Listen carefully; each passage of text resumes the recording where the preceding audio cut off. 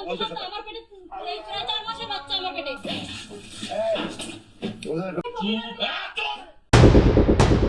পরকীয়ার অভিযোগে নারীর মাথা ন্যাড়া করে দিলেন এলাকাবাসী। ব্রাহ্মণবাড়িয়ার সরাইলে পরকীয়ায় জড়ানোর অভিযোগে এক নারীর মাথা ন্যাড়া করে দেওয়ার একটি ভিডিও সামাজিক যোগাযোগ মাধ্যমে বেশ ভাইরাল হয়েছে।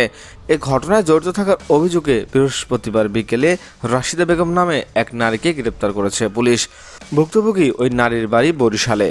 তবে ব্রাহ্মণবাড়িয়ার সরাইলে উপজেলার সুহিলপুরের একজনের সঙ্গে বিয়ের পর সেখানে বসবাস করছেন তিনি। অবশ্য তার স্বামী মারা গেছে। স্থানীয় ও পুলিশ সূত্র থেকে জানা গেছে, স্বামী মারা যাওয়ার পর উপজেলার নেয়াগাঁও ইউনিয়নের তোরাকান্দা গ্রামের মরজুলের সঙ্গে পরকীয়া জড়িয়ে পড়েন ওই নারী। বিষয়টি মরজুলের স্ত্রী তানজিয়া আক্তার জানতে পারেন এবং এ নিয়ে স্বামী স্ত্রীর মধ্যে প্রায় ঝগড়া হতো।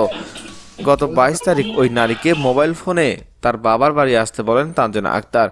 পরে সেখানে গেলে তানজিনা ও তার বোন রাশিদা সহ আরও কয়েকজন মিলে ওই নারীকে মারধর করেন এবং ব্লেড দিয়ে মাথা ন্যাড়া করে দেন।